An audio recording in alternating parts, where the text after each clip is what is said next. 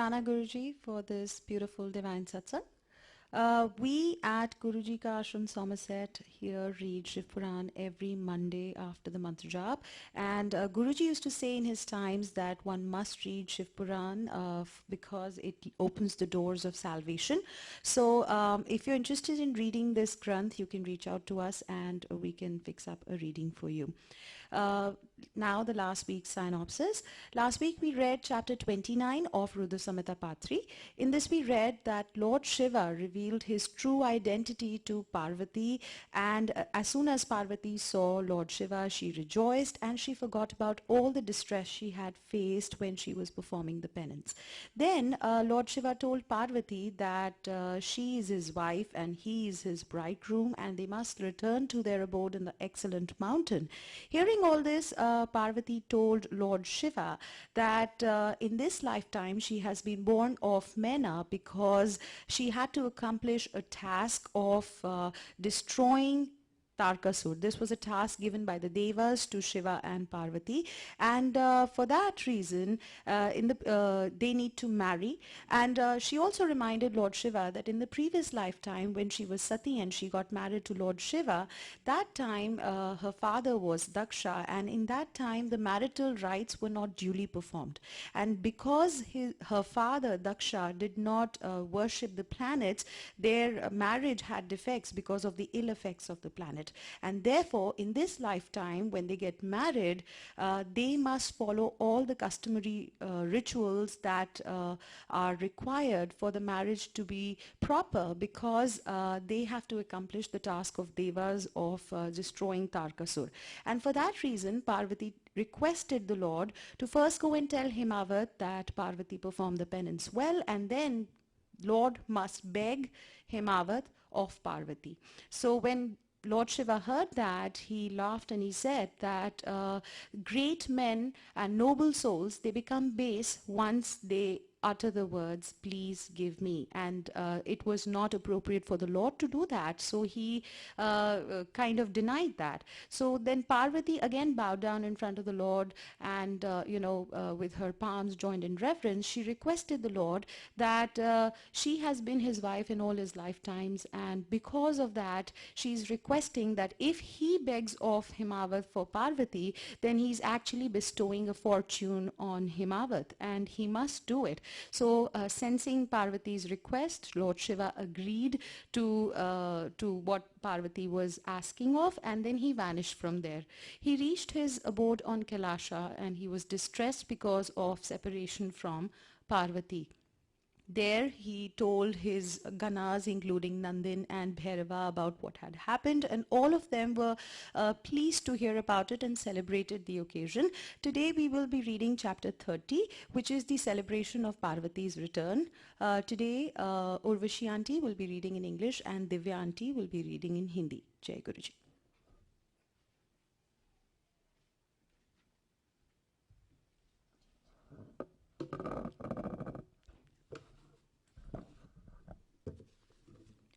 Jai Guruji, Anantam Shukrana for this seva. Chapter 30. The celebration of Parvati's return. Narada said, O Brahma, O dear of great fortune, you have the real vision and are blessed. This wonderful story was heard by me thanks to your blessings. When Shiva returned to his mountain, O intelligent one, what did Parvati all auspicious do, and where did she go? Please tell me. Brahma said, O dear, listen with pleasure to what happened thereafter when Shiva returned to his place. I shall mention it, remembering Shiva. Accompanied by her maids and assuming meaningful dress and features, she returned to her father's house, repeating the name of Lord Shiva. On hearing that Parvati was returning, Mena and Himavat, excessively delighted, went ahead seated in a divine vehicle.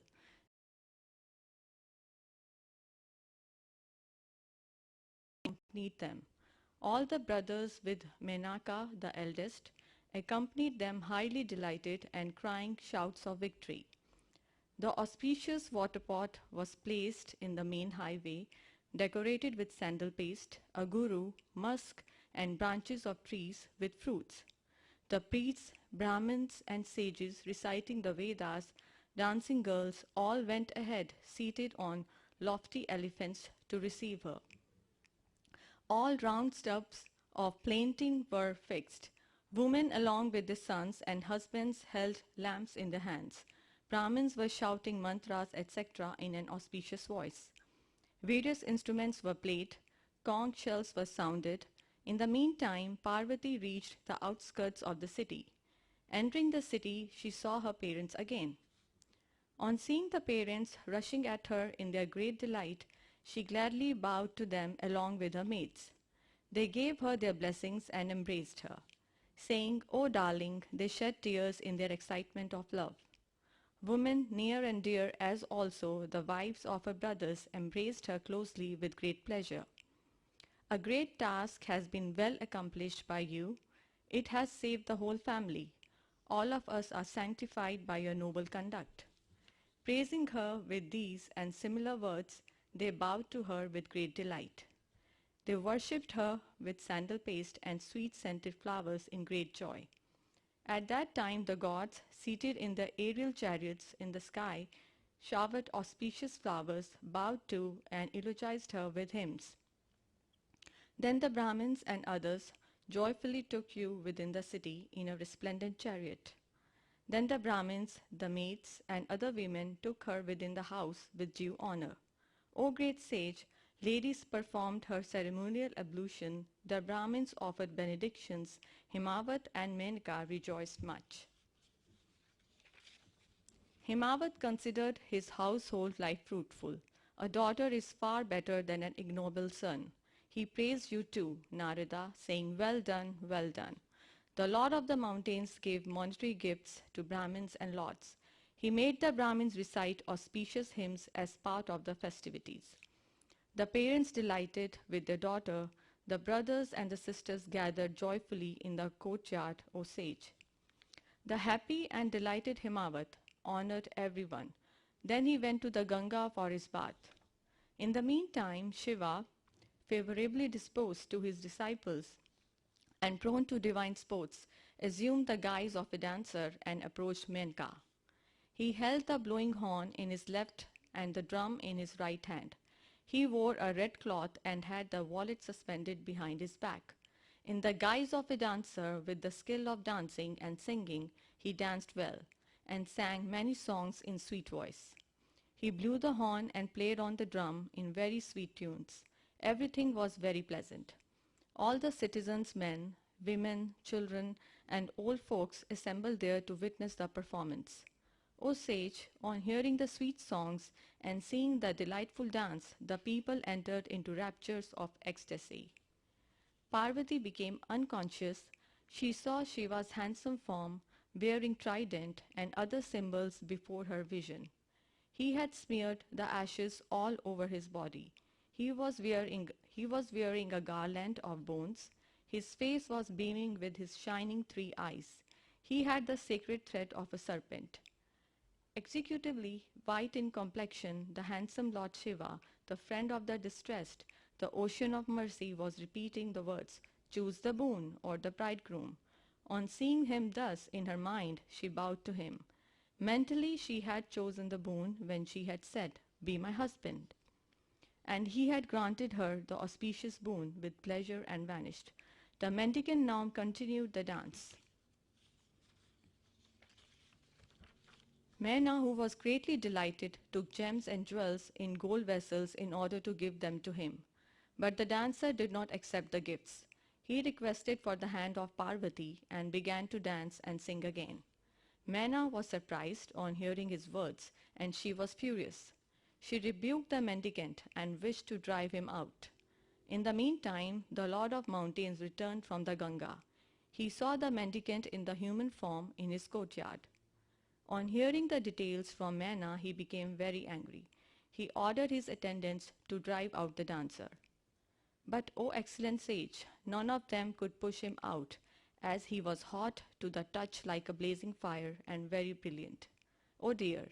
Then the mendicant, who was clever at diverse sports, showed his endless great power to the mountain. The mountain saw him immediately transmitted in the form of Vishnu, the four-armed, with crown, earrings, and yellow garment. flowers, etc., which had been offered to the mace-bearing Lord Vishnu at the time of worship, he saw on the body and over the head of the mendicant.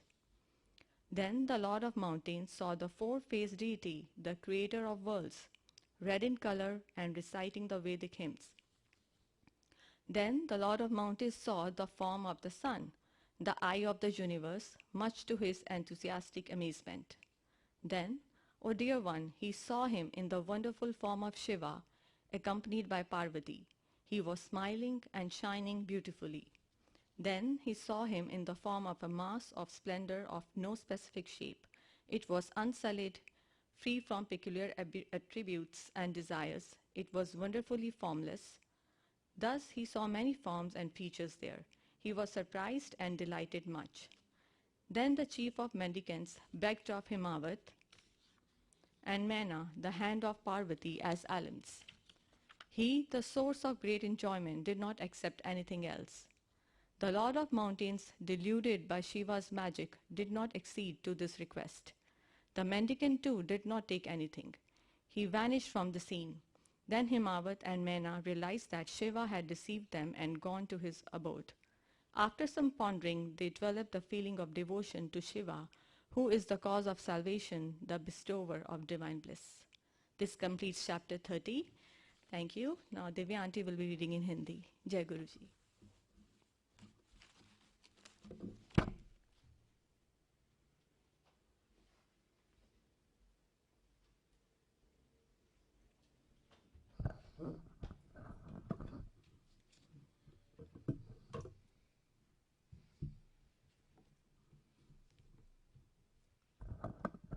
Jai Guruji, Shukrana Guruji for the seva.